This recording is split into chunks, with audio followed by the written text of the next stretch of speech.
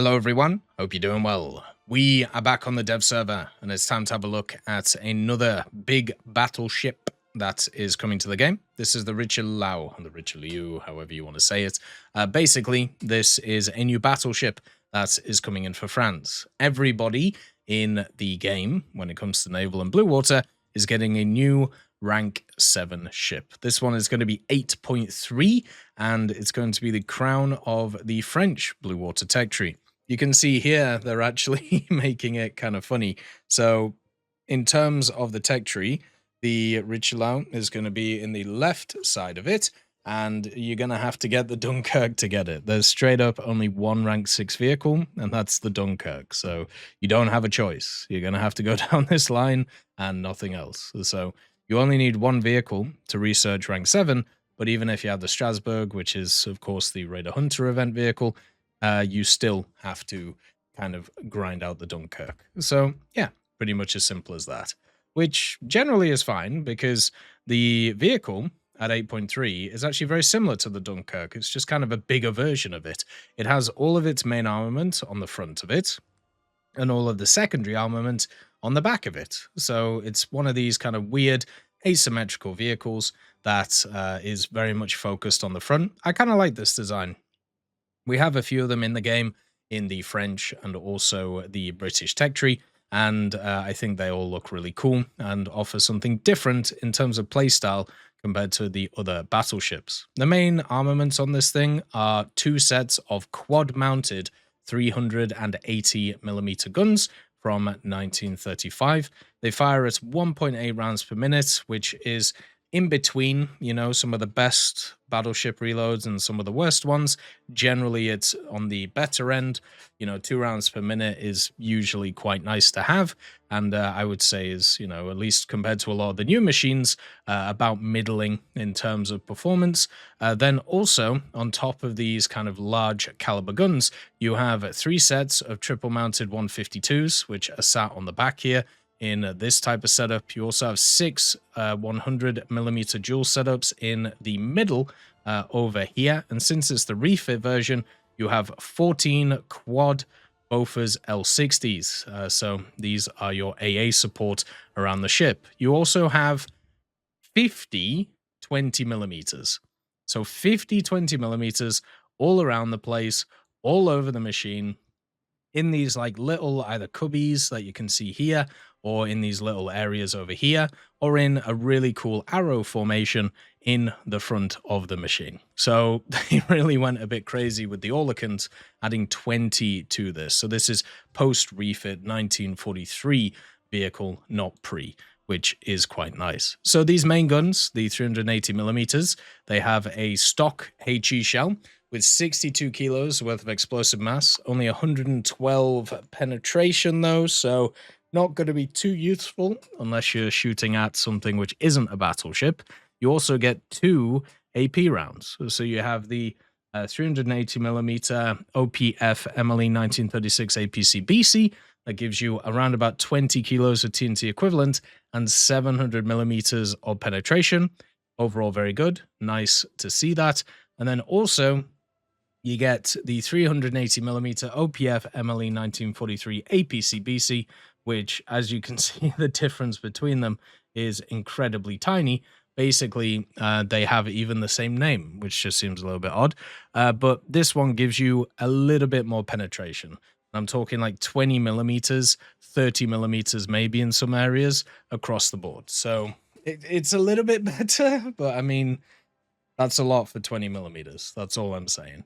The other part of it, the 152s, they have access to HE, which is quite nice. They also have access to SAP-BC, AP-CBC2, and HETF. So pretty much all of the standard shells, apart from the VT, but the TF should do the job of that as long as you have good crew skills, good mobility, and also generally decent weapon setups too. So let's have a look at the armor.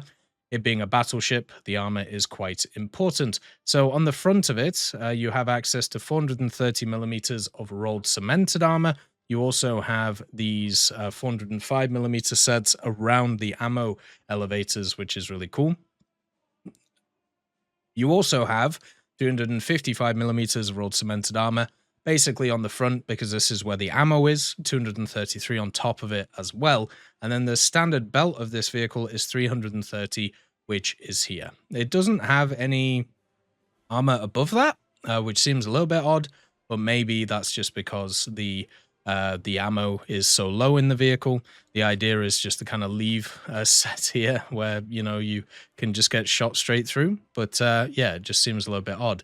You also have 177 on the waterline, but mainly 330 is the way to go. So a lot of the armor is focused on the front. You also have around the bridge 340. On the back of it, there's like no armor at all. So 130mm or 70mm on these big turrets. You also have just about 150mm, 100mm to cover the steering gear and the propeller shaft. So a lot of the armor is basically around this, which is good because if this pops, you die. So it's quite nice. The engine area is actually quite small, and the funnels are also quite small on the vehicle, which is super surprising. Usually they're a little bit bigger in terms of what's there. And then also the transmission is quite diddy as well. So the difference in like shape and size of this thing compared to some of the others is quite huge. It does also have a search radar, which is nice. Some of these new battleships don't have access to that. So nice to see that that one actually gets in. It does have the unicolor salmon pink camouflage, also the bicolor deforming camo, tricolor wave camo, and the tricolor geometric, which is definitely very flamboyant and very much designed for French machines. So you can get some drip, which is nice. And it's just another machine that you're basically just going to rock up with, smash people in the face with the main guns, and hope that, you know, something goes on, which means that you win. You can see all of the 40mm firing here. You can see all the 20mm firing here. You can also see all of the other guns firing here too. Like, there is a lot of firepower, which is going to be coming with this machine, which really shouldn't be too surprising. Even with the changes that they made to how, you know, the firepower works, there's still going to be quite a lot. And as I said, like, one of the nice things about this ship is the fact that it has the main turrets on the front. You can actually end up just making it so the vehicle is very much... You can make it so the vehicle is very much angled towards the enemy and also have the smallest silhouette possible. Now with naval aiming, which is generally the one that I play, that, you know, kind of won't work very well because of the fact that, you know, they can still just kind of donk where your turrets are. But in other modes where, you know, maneuverability matters a little bit more, and also getting away from like the aiming style matters a little bit more, such as realistic, that generally I think will work a lot better. So at least that will help people out. All of the first shots missed, which was kind of surprising. So let's try again.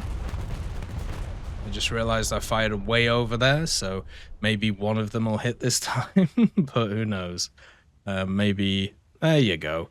There's some nice light little hits on the good old Eugen, not doing too much damage.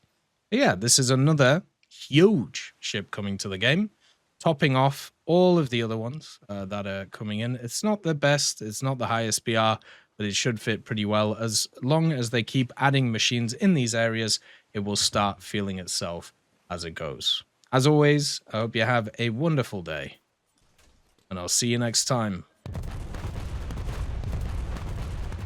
I'd just like to thank GMG Smiley, CD Beans, Chieftain Mike, EMN3 Galaxy, Tulio Pontecorvo, Brendan Quinn, Carrion Crow, Gus Irenicus, Pyman, Warthunder, Teddy, Daniel Stanton, Martinez, B. Young, Ozzy Panzer, Alan Hacker, Liam Shear, Opium Prime, Lafouche, Sem, Aslan, Uncle Bean, and Derek R.